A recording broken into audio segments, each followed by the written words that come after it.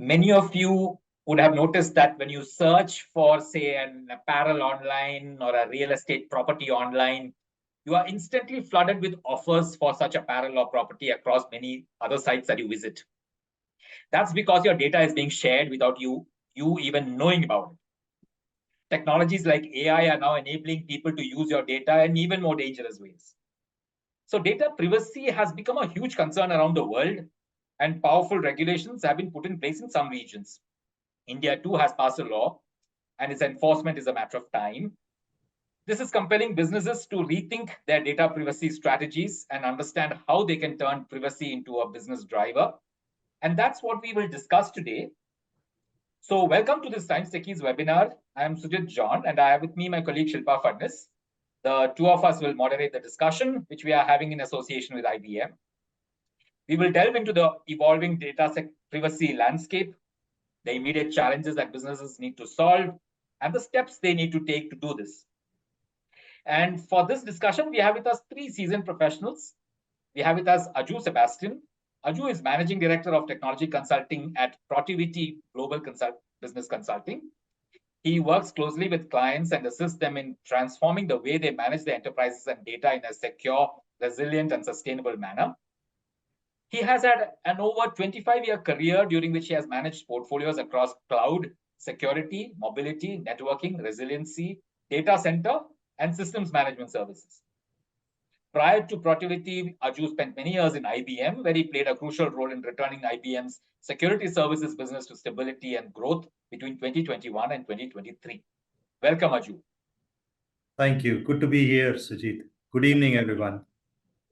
We have Sunil Nishankar. Sunil is Chief Information Security Officer at Future Generali India Life Insurance. He's had a career spanning over 16 years, and he's been one of the early adopters and implementers of security tools in India, having built and deployed secure infrastructures for clients across diverse domains in telecom, BFSI, oil and gas, government, and more. Prior to his role in Future Generali, Sunil was at Genpact, IBM, Augis Networks, and security-related roles. He calls himself a lifelong learner, explorer, and a passionate individual. Welcome, Sunil. Thank you, Shilpa. Good evening, all. And we have Pradeep Vasudevan. Pradeep is country leader of security software at IBM India and South Asia. He has over 20 years of experience in the IT and cybersecurity domains. He is today responsible for driving sales and enabling customer success within IBM's security software portfolio.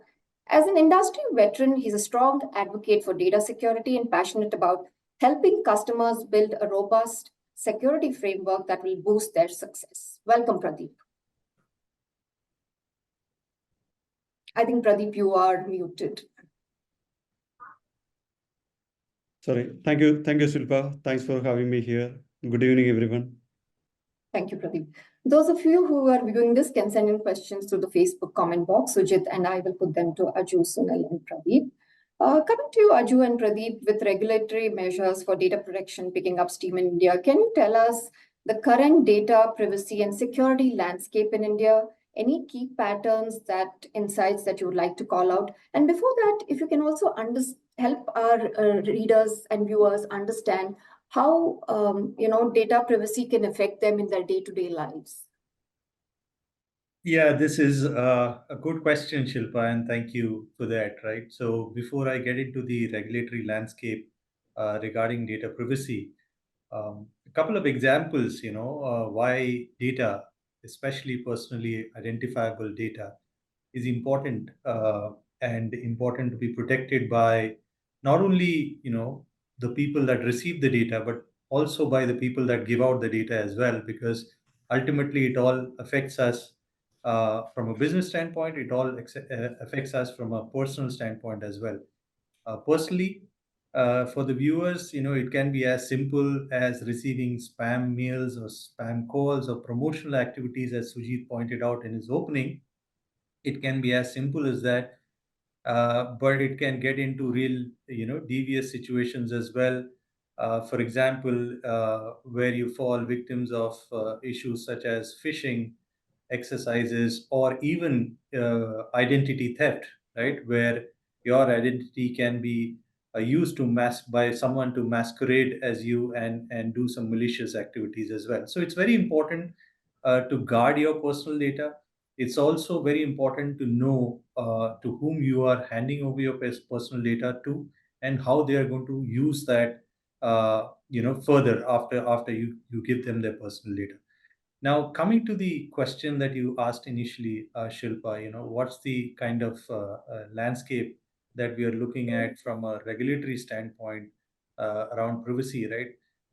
Now, obviously, with the adoption of the DPDP Act 2023 and the impending notification of that, which we are expecting, anytime this year, things are changing in the Indian regulatory landscape with respect to data privacy, right?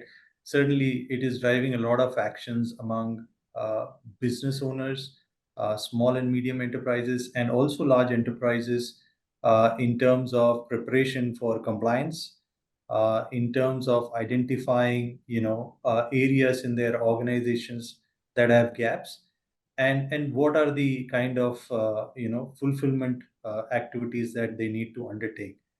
Some of the insights that we get from the draft of the act that is in public domain right now is the importance around explicit consent mechanisms, the rights of the data principals in terms of their ability to demand erasure or rectification of data, right?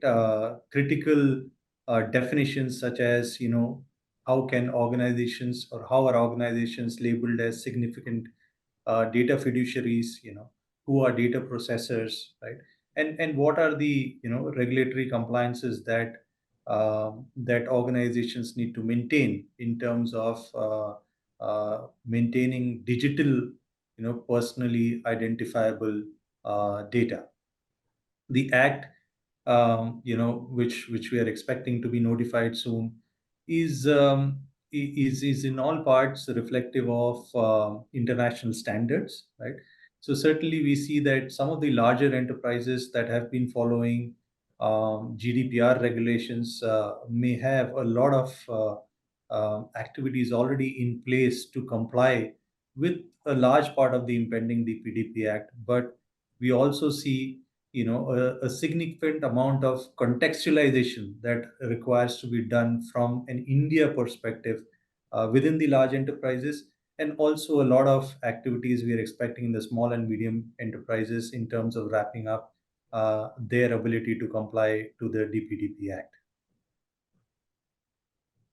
Most powerful as of now is the GDPR, is it? How do you rate? Is that the one considered?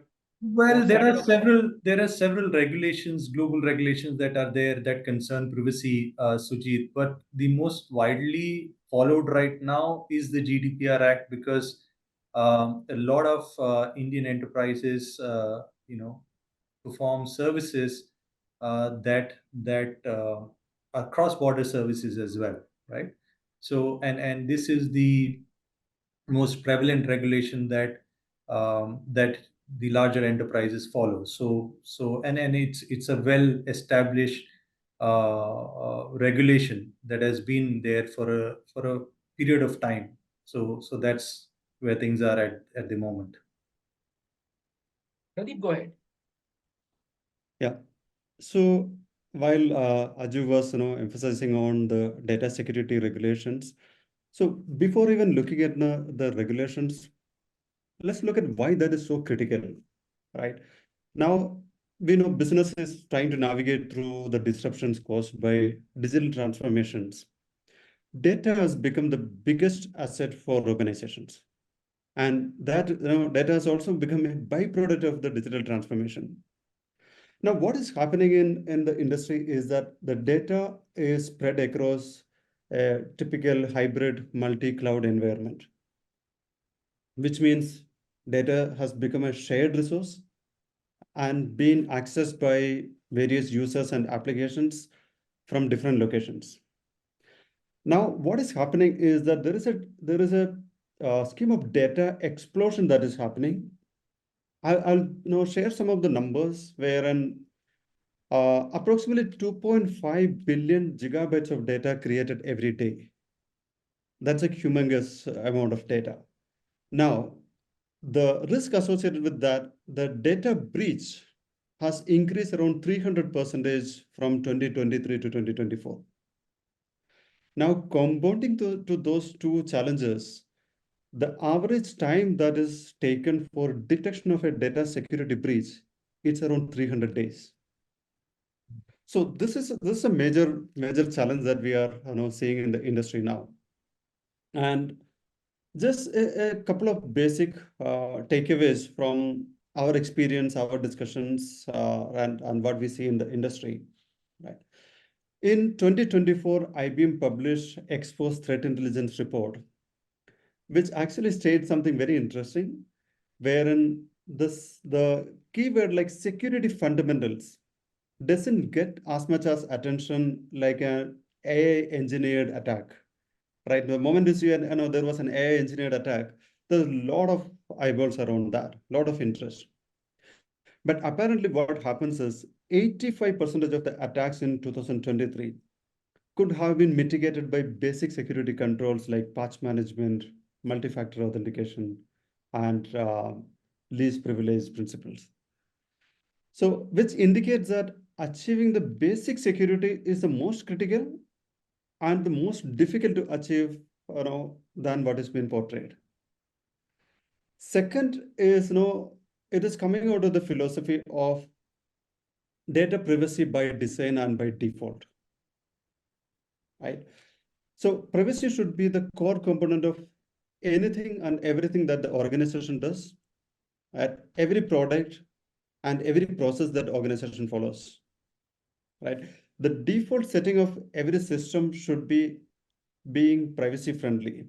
So these are the major takeaways that we have from our experience, our interactions, and all the discussions around the data security and the importance of having a data privacy regulation in place. So you're saying even large enterprises, there are large enterprises that have not even adopted some of those basic precautions, security measures. See, there is nothing like 100% secured environment, right? It's a continuous catch up, right, against vulnerabilities, because it's a very dynamic environment, right? So new patches, new releases coming, your environment changes very dynamically. So every organization has to have that continuous monitoring and continuous adaptation and keep checking their security controls. So it's quite natural that you will actually miss out on fundamental security principles. So nobody is 100% foolproof from that situation. In many websites that we go to nowadays, not for a little sometime now, it keeps asking accept cookies or reject cookies, manage your cookies, or those are part of those GDPR kind of regulations, is it? Yeah, so consent management, now there is a lot of awareness around that. Now it has been notified that you have to inform the user, okay, your session has been recorded, there are data has been collected, right? Now the goodness of that, the user has given an option whether to share the data or not. And that's a starting point, right? There are much more to that, right? At least there is a consent from the consumer before even asking, okay, should I share the data? Now, how many of us really understand what is the risk associated by accepting the cookies, right? We don't know, right? But there are options, at least there is an option to accept or reject. So that's a starting point. Now, from there, if you go into the depth, there are much more controls, much more power given to the end user, right? I can, as a consumer, I can decide who has to and how long my data has to be held, and I have a right to go and request for deletion of my data, right? So there is much more to it. Is that possible now in some of these websites? And all? I mean, Aju also mentioned that erasing data and all that. Is that possible now? Is there a place on the website where I can go and? There are options to request for deleting your history, your data. I see. Yes. Okay. Sunil, let me. You are in the insurance business. huge sector, massive volumes of data that you deal with, customer data. So companies like Future Generali, I mean, you handle enormous amounts of data daily. What are some of the steps that your organization has taken to enhance data privacy? And you are Generali is, of course, an Italian company. So I'm sure the GDPR things would already apply to you. So you must be already implementing many of these things. Sunil? Great. So this is a really great question. So I would like to thanks Aju, Pradeep, and to you, Sujit, for laying a great background for discussions. So yes, as you rightly said, data privacy is like not a new paradigm to us. We comply to many global data privacy laws. So we have various things to take care of our privacy, like Pradeep rightly said, privacy by design and default. We have adopted that principle already. All our applications, our data flows are designed in parlance with our data privacy requirement. Plus, on top of that, we have to follow a lot of regulatory requirements. So I will say that we are quite good at maintaining privacy of our employees and our customers. Okay, so we start with seeking a consent, like the consent management and the cookie things you just asked. So to our viewers, let me tell you that in what way cookies can harm. And I will also answer the question you asked, how can they go for a data eraser? So cookies can harm you in many ways. Cookies can be designed to get some telemetry data from your machines, like your IP, your location, your browsers, your browser history, etc., etc. Basis that people can haunt you. They can get my browser history and all, is it? Yes, they can get that history as well. So certain things like whatever you are browsing or what your site tab is open in your machine. We all might have seen that you search for something. Say, for example, I'm interested in buying a shoes. I'm just Googling it and then I'm finding a good shoes. And the next moment, all web pages will suddenly showing you the ads of shoes. Absolutely. Is that happening with you? Our browser, our viewers also can correlate with these things. Okay, so that's how they use cookies to track you.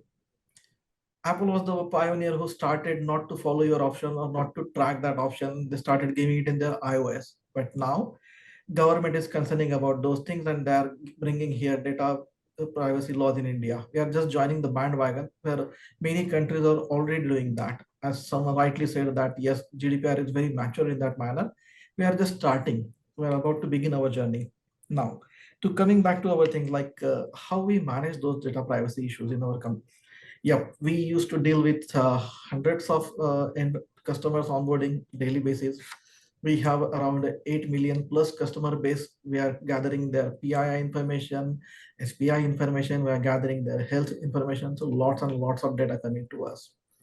So all we do, we start with writing a consent. We just get the consent. We make our users aware about for what purpose we are trying to take their data, how we are going to produce that data. If I will talk in data privacy terminologies, my end customer becomes a data principal for me. We become a data fiduciary, as well as we don't we process that data ourselves, so we become a data processor as well. In case someone where we need a third party to provide that data, that third party becomes a data processor for us. So we take care of data by various means, as I rightly said, as per regulatory requirement. Before this act comes in, we are doing this practice. We are taking a consent, we are making them aware of about the lawful purpose of their data, how and where data is going to get utilized, how we are going to serve their insurance requirement. We all do that. The moment they agree, they submit their consent, we record that consent, and then we take their data. And internally, we have divided ourselves in two parts. The first part is like designed by privacy by design. So that takes care of all our technical controls, like basic CIA triad, confidentiality, integrity, and availability of data. So we have a lot of controls for that, like Pradeep said, they have various tools in their offering. So we also use identity access management tool. We also use a lot of encryption tools. We also use databases to store our data. We encrypt data in transit. We encrypt data in rest. Then we undergo certain audits to ensure that how our data is certified. We ourselves get accredited with certain international standards like ISO 27001. Plus, we have to undergo various regulatory audit like IRDA, cybersecurity controls, then ISNP audit. These are the ways from where we maintain the sanity of those data. Okay. Apart from that, we run a lot of data discoveries. We have tools to do that. We run data discovery. We find out which data is laying where, what purpose it is getting processed. Is it in line with the consent or not? We verify those tools. To protect the data integrity, we have various controls, like we have DLP, we have least access principle, we have identity access management solutions. We provide access to data to only those who are in need to process that data or need to know basis principle. Okay. We have 24/7 monitoring team which keeps on monitoring all data flows in and out of data. So they keep on monitoring the use cases. They find it out if any data breach is happening or not. So we tap all those egress and ingress points. Okay. Plus we perform data encapsulation as per regulatory requirement. We have a dedicated HSMs to that. We convert that data into some kind of tokenization format, and we store that data. Along with that, now another booming term, or maybe another concerning term, which all enterprises may agree to, that is your third-party risk. How you maintain your third party, especially your data fiduciary, you are holding a lot of personal data, a lot of SPI data, then it becomes your responsibility, because as per regulatory, you will be penalized in case any data breach happened over there. So for you, the third parties would be who? A third party is like, suppose someone, our underwriting agencies, or maybe some of our agencies we just hire for them, or maybe some kind of investigating agencies we do, whoever, even some of your printing your policies, that also becomes your third party. So it's whole ecosystem works. Okay. Now, how we keep a tab on that? So we have a defined third-party risk management process through which we put every vendor, and then we identify the compliance posture, their security thing, then we rate them. Basis that, we make sure that whatever laws applicable to us, whatever things we taking care of the data security, whatever policies we are following, we flow down all those things to them as a part of contractual obligations. So we tend to maintain a tight contractual obligations. That way we keep our data secure.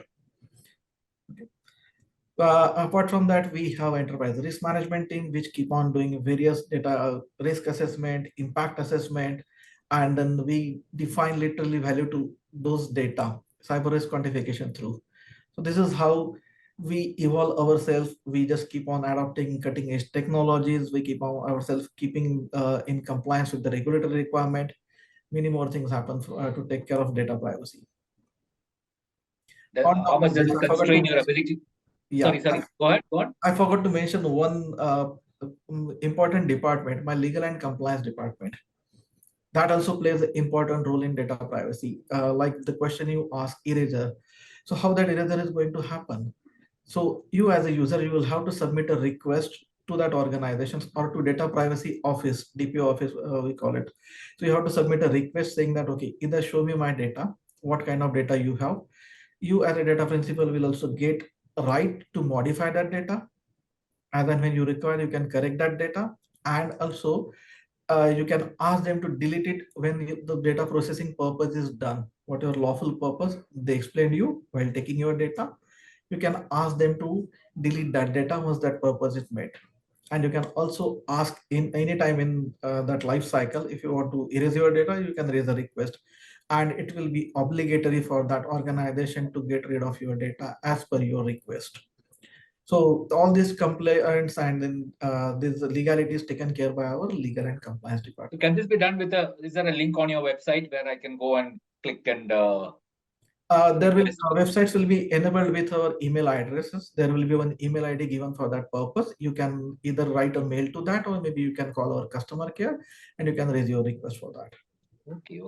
How much does this constrain your ability to do AI applications and all that? So much restrictions on data. You can still do a fair amount of AI on top of all this. So that's a really great question. So this is what new law is shedding some light on this part. So suppose if I want to play with that data, if I want to use AI to perform some analytics, to define some, to take some decisions on behalf of data, I will have to register another consent from users if I haven't done that before.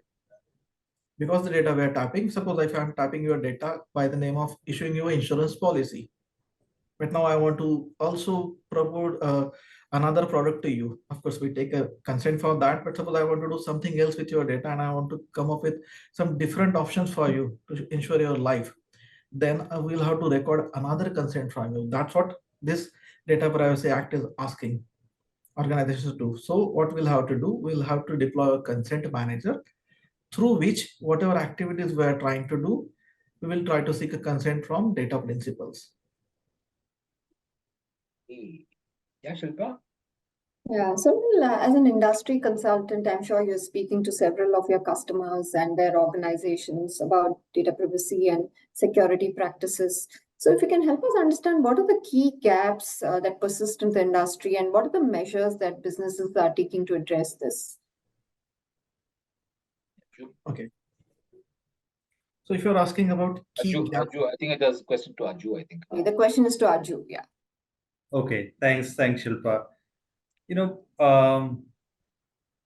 Gaps in terms of organizations not being able to meet some of these regulatory requirements, right, can be as basic as Pradeep suggested, right? That's where uh, most of the organizations falter on simple stuff, right from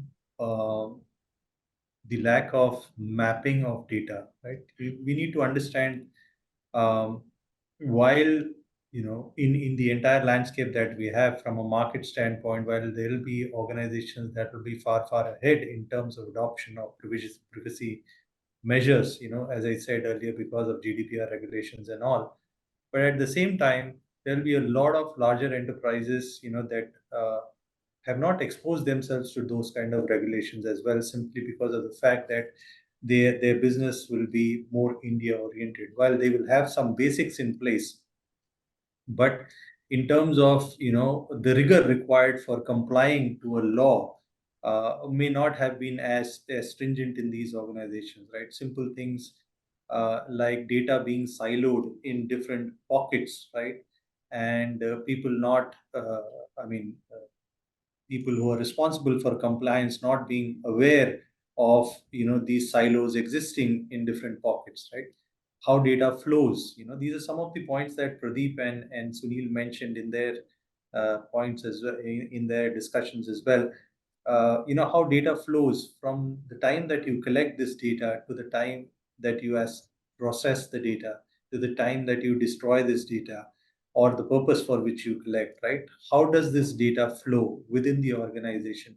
Who has access to this data within the organization, right? If you're working in an organization, for example, we have Sunil amongst us, right? In the BFSI industry, and if you're a large or a medium-sized industry, you'll have at least 4,000 to 5,000 employees within your enterprise, right? And you will have PII for millions of clients that these employees will be handling, right? So some of them may need to have access to that data. Some of them may not have the need to access that data. So how are you differentiating, in terms of user access management, as to who has access to PII, who has, who has the responsibility to define these accesses, etc., right? Then deployment of technology, especially around uh, managing this data, or storing this data, as Sunil mentioned, technologies like adoption of technologies like encryption, tokenization, are, while these are known terms, right? But the measure to which these have been implemented in organizations certainly needs a double click, right? Um, so does basic stuff like testing, right? While we test on a lot of risk and compliance issues, right? Testing specifically for privacy, right? Or specifically for complying to the DPDP Act that is impending, is another area where we see organizations are really wanting to look at, right? Another basic thing that organization miss out on is the is the ability to effectively train their employees in terms of handling personally identifiable data, right? It can sound very, very basic, right?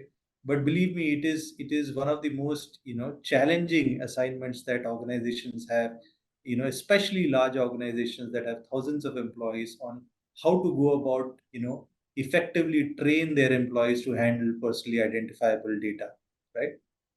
And last but not the least, you know, one important aspect once this act becomes a law is your ability as an enterprise to demonstrate compliance, right? Now that demonstration of compliance needs contextualization to the local law, not just GDPR, right? So your documentation aspect in terms of demonstrating compliance needs attention, needs focus on. Probably, as Sunil just suggested, they're going to be having an updated probably contact information on their website with DPOs and contact numbers specifically for these kind of requests of data erasure, etc. Similarly, documentation of compliance needs to be updated. The process of documentation, the process of auditing, needs to be updated to contextualize it to the DPDP Act that is impending in India, right? So these are some of the things that we see clients are concerned about, that we see them voicing to us, and we are working closely with some of our clients on these issues. Aju, there is so much to do. I mean, Sunil listed out literally 101 things to do. And then you said, I mean, documentation for in the Indian context, auditing that, training employees, all of that. Is there a ballpark figure for the amount of time it will take to do all this and some cost involved? Do you have any sense of that? Well, Sujit, I don't want to be going about throwing numbers here, but let me tell you, none of this is new to enterprises. Okay, none of this is new. People have been doing this in some form or fashion already in the enterprise. It's just about coordinating all those actions into one single outcome of compliance to the impending act, right? That's the only measure of change that is required. Obviously, there are going to be small and medium enterprises that are going to be slightly more challenged because because they have to bear the cost of compliance, if you know what I mean, right? For example, the act says that you need to have a data processing officer, right? A DPO in the organization, so which may be an existing employee, but if you look at the act in detail, and if you're handling a significant amount of personally identifiable data, then you need to have a person independent who can help you man that role, right? And similarly, there are other things that you may need to add, which may add to your cost of operations. But again, adding to a point that Sunil made in terms of providing services to end clients, I do believe that while this act which is impending may have a certain amount of additional activity that enterprises may need to perform, or certain amount of responsibilities that even the data principals, I mean, which are common people like us that are availing of these services from large enterprises. But at the end of the day, you need to understand that a robust privacy system does enable trust between the user and the enterprise, right? And what trust drives is a significant business impact, right? Obviously, I would want to engage with an organization that I can trust, right? And that is a business differentiator that enterprises can look at when they actually go about complying to these regulations, right? And it is, I mean, you need to come out with innovative ways, right? But it does build trust, and it does add to your ability to do more business with people that can trust you. No, that's a very valid point. Absolutely. Sunil, Pradeep, you want to add to that? Your experiences with the industry leaders? Yes, Sunil. Totally agree with what Aju said. This is like security each and every company is taking care. They already have tools and technology. They already have people doing that things. The only change is going to happen with this act is like they will have to think of something extra from privacy angle. Maybe some strategy change will required. Maybe there will be some extra 3-4 pointers are coming as a checklist, whatever things you are doing. So extra checks will get added into that, but it is nothing like that. So they will organization will have to align policies in line to the privacy laws.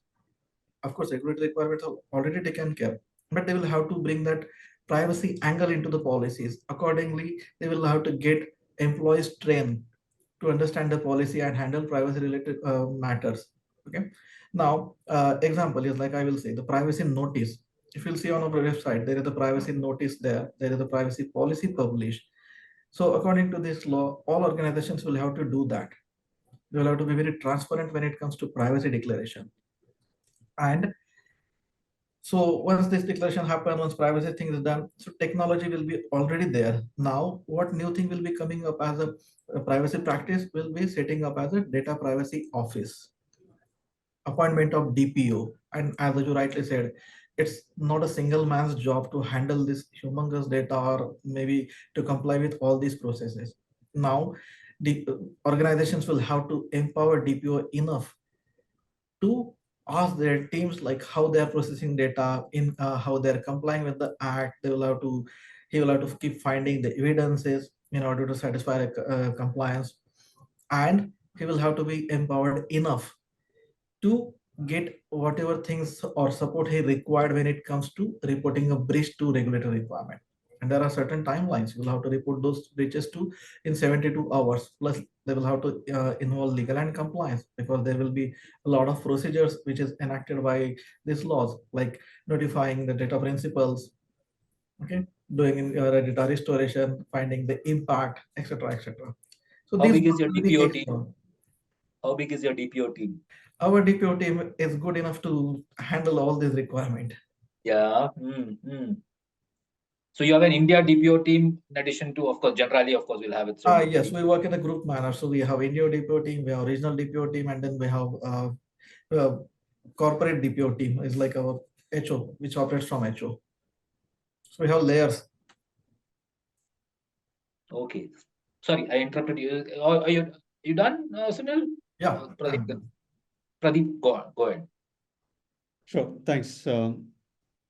So it was very, very interesting points from Sunil and Aju. And from if you listen to the way Sunil is explaining his organization's data protection controls that he has, one thing is very clear: it's a very complex environment, right? It's not as easy as it looks like data privacy, right?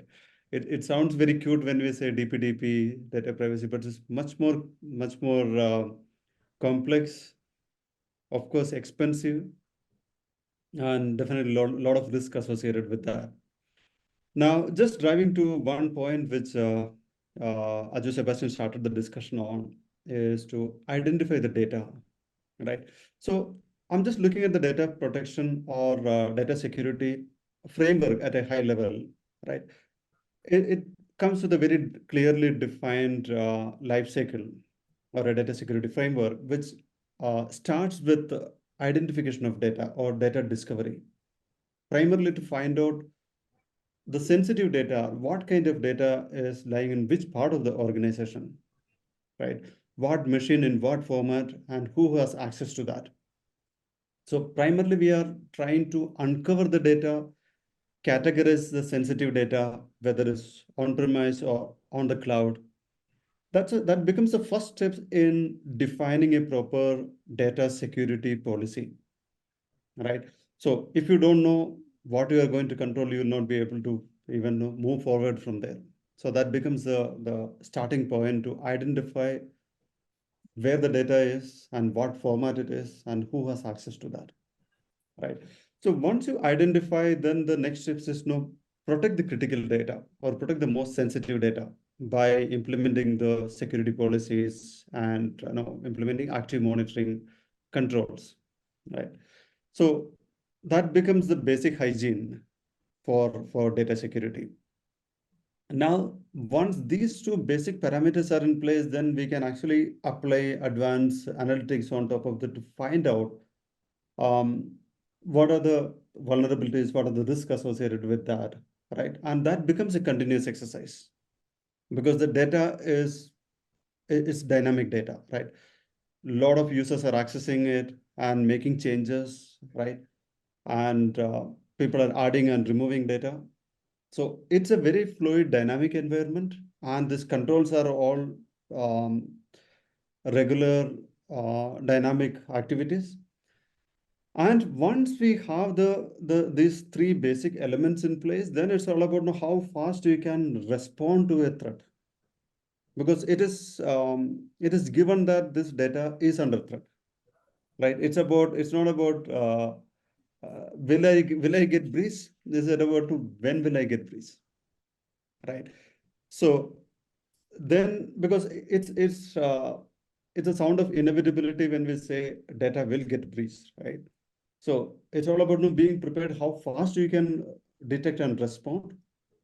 And the last and the most important part of a data security framework is to be compliant, right? Be compliant to regulatory frameworks, regular requirements, and streamline your auditing and reporting process.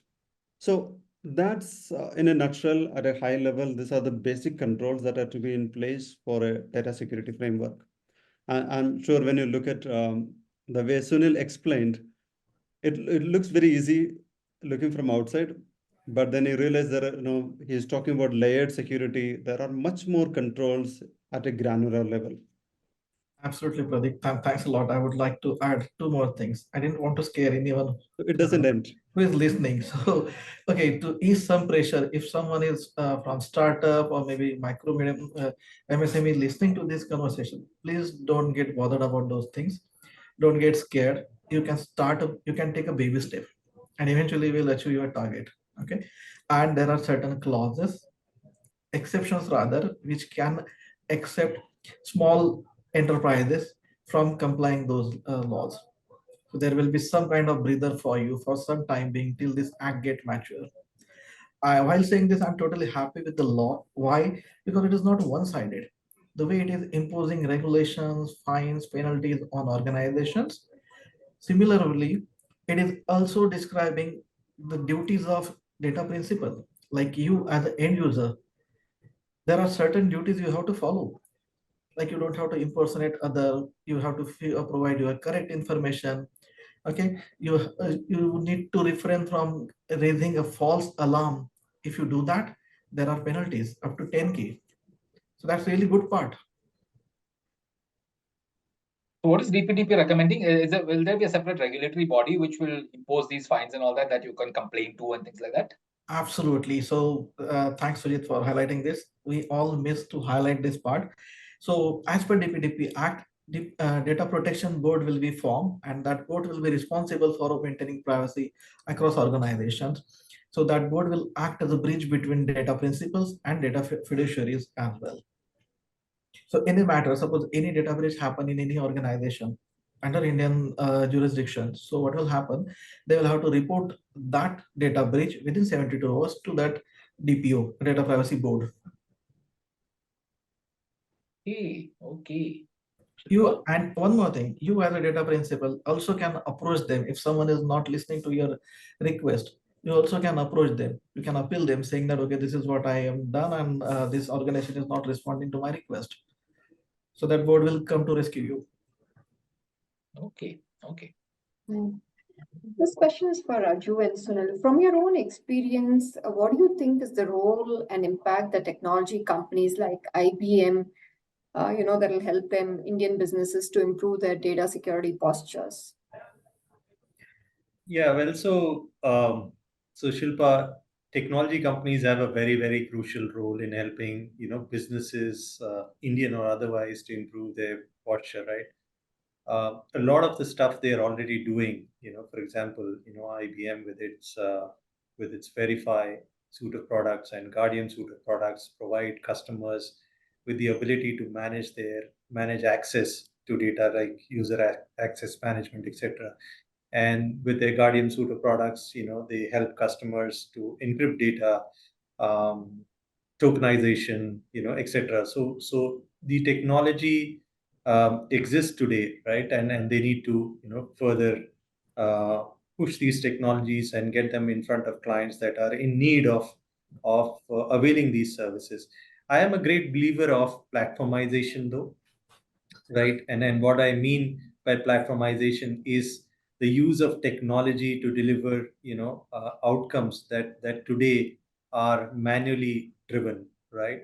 And that's where I think we would need more and more focus from the technology organizations to try and consolidate some of these suite of products that they have to create platforms that can deliver, outcomes.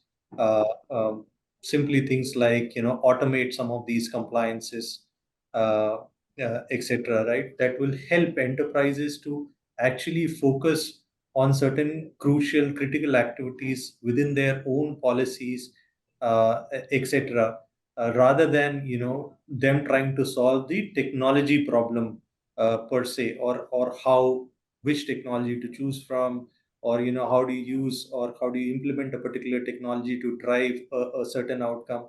I mean, those are not the things that we would want clients or enterprises to be focused on. We would want, them to be focused on how do they define policies which do not limit their ability to provide a significantly better user experience for their end clients. I'm certain, for example, none of these compliances and or laws that organizations like Sunil's need to comply to,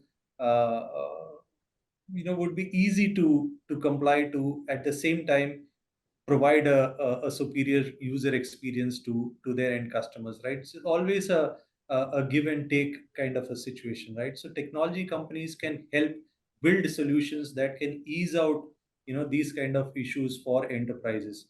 Obviously, you heard both Sunil and Pradeep talk about in the concept of privacy by design, right? Again, technology, can help uh, in situations where, in turning around situations where you add privacy as a force-fitted solution into into organizations' existing architectures, to become a scenario where privacy is a fundamental in the architecture of designing solutions, right? Be it your um, infrastructure architecture, be it your data architecture, be it your application architecture, right? So tech companies can help, embed their solutions in a manner that privacy by design, becomes a norm, right? When they launch products, right? And obviously, as I said, by automating compliances, etc., they can ensure that, compliance with the regulations can happen, right? I'm sure a lot of work is already being done by tech companies, but I'm also hopeful that they will continue to innovate and continue to provide platforms that can help uh, organizations like us. We provide a lot of services to our clients in terms of helping them comply. We assess, client controls. Do a lot of audits. They can assist both the service providers as well as clients like Sunil to leverage technology to drive better outcomes in terms of data privacy. These come as SaaS solutions, or how do these platforms and all that? Well, SaaS is the way to go. If you look at the latest way that technology is trending to, with the advent of cloud and the easy access of infrastructure in a very modular format for enterprises of all sizes, right? It's easier to operate and consume on a SaaS basis. But even if they are not on SaaS basis, even if they are available as independent platforms itself, but I'm sure technology companies will innovate to provide these services in different models, Different right? models. That will make sense to different types of enterprises, both larger enterprises as well as smaller enterprises. Some of the smaller enterprises may like to consume That's SaaS, the best the SaaS. SaaS in a pay as you go model, But when it comes to larger enterprises, it may make more commercial sense to have, platforms, or from a regulatory requirements, when things like data localization come into play, right? To have platforms that can control, where they can control the destination of where the data is residing, etc. Okay. Sunil? So yeah, as you rightly said, Aju, SaaS is the way. That way you can save some part of pain from that principle, privacy by design, because you are leveraging a services. So maintaining a platform, maintaining its BCP, maintaining its compliance becomes your service provider's responsibility. All you are leveraging a services. That's it. So that helps a lot if it is SaaS. Of course, you can have it in your own environment, you can maintain it, and then you can roll those technologies with your regular BAU. But while I say technology is the only savior over here, whatever I said in my discussion before this was all achievable because of technology. Without that, one cannot do anything. Let's say, for example, if you want to provide access to those who are necessary to process that data, or basis principle of least privilege access, it is only possible if you have identity and access management solution in your place. If we talked about data breach, how you will come to know about data breach? Unless and until you have solutions like DLP, or you have solutions like SIEM and SOAR setting in your environment, you will not come to know. Now, consent manager that we are talking, to manage those consent, many more things we are providing as a part of our offering. How we can take a consent, and how we can justify that we are processing data only for that consent. So one might want to deploy a consent manager, which is nothing but again a technology. The request pouring in, how we are catering those requests, we'll have to keep a track of it. Of course, only technology can help us. So privacy by design is 100% technology oriented. Privacy by default is nothing, but it will be a mix of your processes and your technology. What do you prefer, SaaS or how do you do it? Do you have It depends. That depends on my on-premise requirement. solutions? That depends Sorry? on my requirement. We have a Requirement, is it? We have a checklist. It takes care of many aspects, right from the cost to the regulatory requirement, to the usage, to the security angle, to the privacy angle. Many more pointers are there, basis which we evaluate the requirement, and then we decide SaaS or. So what you have is a mix of on-premise and SaaS solutions, Yes, is we it? have a hybrid environment, but Okay. mostly 80% of our things work on-prem, and certain things are on the SaaS. Okay. Pradeep, tell us, based on your experiences and discussions with customers, can you share some examples of how IBM equips businesses with the right technology capabilities for data privacy? Sure. So IBM's philosophy, or IBM believes that the future of security is an open, connected platform approach. Right. Like rightly mentioned by Aju. Aju was talking about. Yes. So that's very coinciding with an IBM philosophy of having an open and connected environment. It's not platform. Now, when I say open, we are talking about leveraging on open standards, right? Because security, when it comes to a defender side, we have to collaborate with other security technologies, right? It cannot work in standalone. It has to coexist. It has to work together with the other OEMs, other products, and create a layered security. If they don't talk to each other, the purpose will not be served, right? So we believe in converting every platform into an open platform, leveraging on open standards, leveraging on AI and automation to connect different security tools and data across a typical hybrid multi-cloud environment. Because all the organizations, most of the matured organizations are moving into some form of a hybrid multi-cloud environment. So the security technology should also support that kind of environment. Now, whether it's on-premise or SaaS or a hybrid version of that depends on what kind of requirement the organization has, right? It's not hard and fast that it has to be completely SaaS or completely on-premise.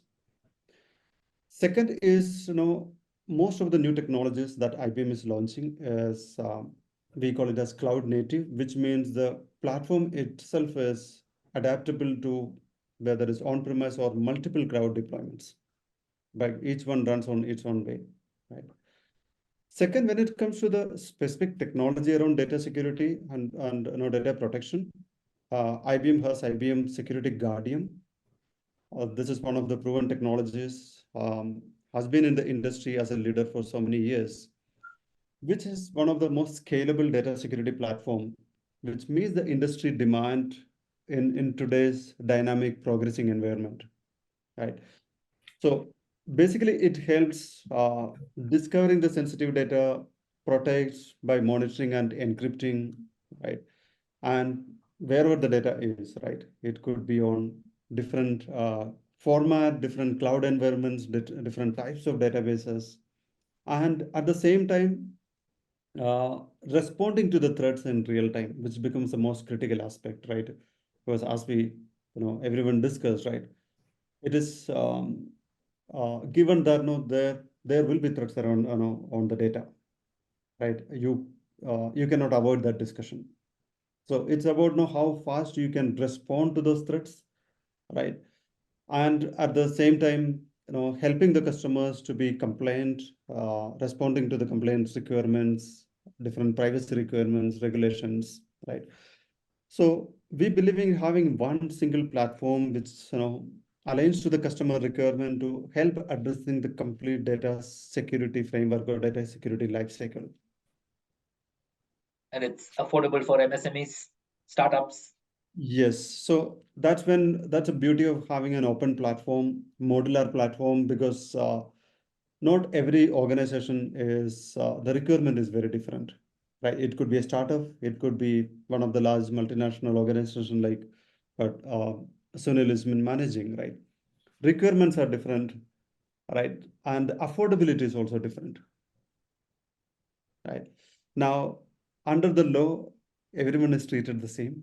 While there are exceptions, flexibilities for smaller organizations to catch up to the requirement, they all at some point or other, they need to be compliant, right? So they will also should have accessibility to these technologies, right?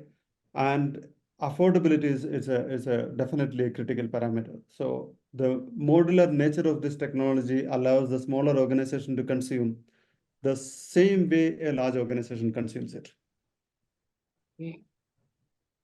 Platformization. Yeah. Shilpa? Yes. Yeah, this question is for Sunil, Aju, and Pradeep. With the rollout of the new regulatory measures like the Data Protection Act anticipated in 2024, what is your advice to our audience? Anything you'd like to call out for the benefit of aspiring professionals who are looking to join the security sector? Yeah, sure, Silpa. First of all, I'll quickly try and give a couple of points, right? First of all, this is for everyone, right? This is for everyone. Familiarize yourself with the DPDP Act, right? So as Sunil mentioned, whether How you long is it? How many pages is it? Lots, no? I've not looked at it. fairly long. It is fairly long, but it is easily accessible, and I'm sure you can do a good read at your leisure. But it is important for you to familiarize yourself to the act itself, because it helps you, right, as an individual, and also it helps you realize your duties with respect to compliance to the DPDP Act, right, and how you can protect yourself, right, and the data that is related to you when you are interacting with businesses, with organizations, however large or small they may be. So please familiarize yourself with the DPDP Act. The second thing is as an outcome of this act becoming a law, and otherwise as well, we see a lot of opportunities that are coming up for professionals in the data security field, right?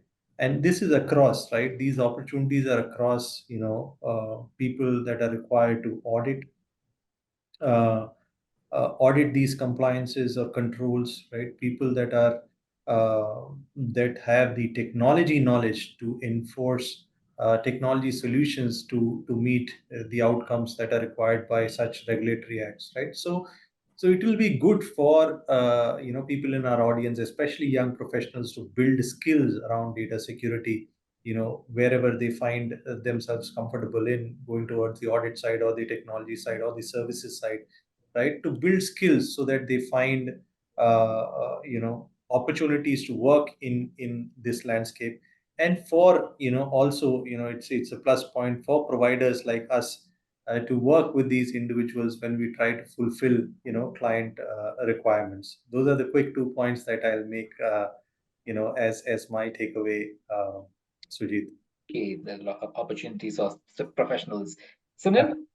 Yeah, I agree. See, I can see a lot of opportunities are coming up just because of this law. If you will think, this law emphasizes on data security. So the whole angle of privacy by design we talked about, there will be a lot of opportunities. One can be easily enabler for those technologies. These young professionals can learn those technologies, can be a consultant, can be a deployment engineer, or can be can be someone who is managing a BAU for those technologies. Plus, there will be opportunities to become auditors, to audit, or maybe they can help organizations to deploy this act, getting compliant with it. A lot of things are there. Plus, people can establish themselves in a DPO office by learning some laws, and then by learning some audit, they can be a part of DPO office. They can learn how to respond to complaints from data principles, how to address it, how to track it, how to coordinate with regulatory. They can be a bridge for that. Also, there will be a lot of opportunities to work on various aspects of this privacy law. Many more options are coming up nowadays. So I will say just ride on the tide, get yourself certified in data privacy. There are many certifications out there in market. One is from our government body, DSCI, Data Security Board of India. You can just get yourself certified from that. So you can just do this privacy certifications and you can join this privacy bandwagon. Get certified in data privacy. Yeah. Pradeep? Yes, I completely agree with both Aju and Sunil, and we see this quite often in the industry. There's huge shortage of skills. I would put it that way, which means there are a lot of opportunities, and not every organization has the privilege to get the right resources, right? So definitely security, cybersecurity or information security is one of the fastest growing job markets, especially in India. And this is not just the data security alone, right? Security itself is a broad area where you will have network security, you'll have around data, you'll have around infrastructure, around cloud. So irrespective of which area that somebody is planning to focus on, the most important part is to have your fundamentals clear. So I would emphasize on getting the basics right. If you are exploring a career in network security, you should have your network fundamentals right? It's all start from there. Or if it's around data security, you should know how the databases work, right? The basic requirement. So someone who is actively or seriously considering security as a career should nothing wrong in going back and opening your basic textbooks to understand the fundamentals, because until you get that foundation clear, it's going to be extremely difficult to build on top of that. But as rightly mentioned by Aju and Sunil, a lot of opportunities, and the advantage of being in security, it is applicable at multiple areas, right? It could be, if you are in the field of law, you can actually specialize on that part, right? If you are into development, then we are all talking about security by design, right? If you are a developer, you can actually apply the security knowledge and build your career around that part. If you are a practitioner, you have opportunities there. So this is something, a skills that you can actually build in your domain, your realm of business. So definitely, the fundamental has to get strong in whichever area it is. From there, definitely there is a huge opportunity, and very happy to see there are a lot of young professionals actually seeking this path. We emphasize on a lot of trainings imparting to organizations, our partners, our customers, business, some of the education institutions, right? Making sure that they capture at least the basics of security when they come out. From there, they can focus on specialization. Lots of talent required. Yeah, and I said this on another occasion recently. Just a few years ago, I would not take security vendors very seriously because we ourselves do not see our readers getting affected too much. A rare occasion, a bank account, somebody would take out some money and all that, but that is so rare. But today, if you look at our crime reporters, most of our crime reporting is no longer about any physical theft and stuff like that. It's all kinds of online fraud that is happening, and the criminals seem to have so much information about all of us that what all of you just said about security and privacy of data is so important. The amount of money that some people are getting losing by just people faking all kinds of things, unbelievable. So Absolutely. thanks. Yeah, I just wanted to add, answer your question before you go, Sujit, and conclude. The act is about 21 pages long, and you can download it from the Ministry of Electronics and Information Technology website. I mean, you can do a simple Google and download a PDF draft and go through it as well. So it's not as long. Okay. Okay. So that's the advice to all companies, big and small.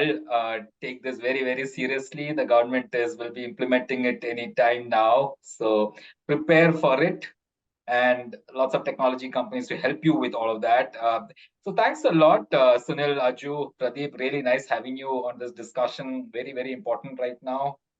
The whole issue of data privacy. Thanks a lot. Hope to see you again at some point. Absolutely. It's been a pleasure. Bye. Thank you. Yes, Thank you, Shilpa. And Sunil. Shilpa and Sujit for having us here. Thank you. Pleasure. Thank you, Ajay. Thank you, Ajay and Pradeep.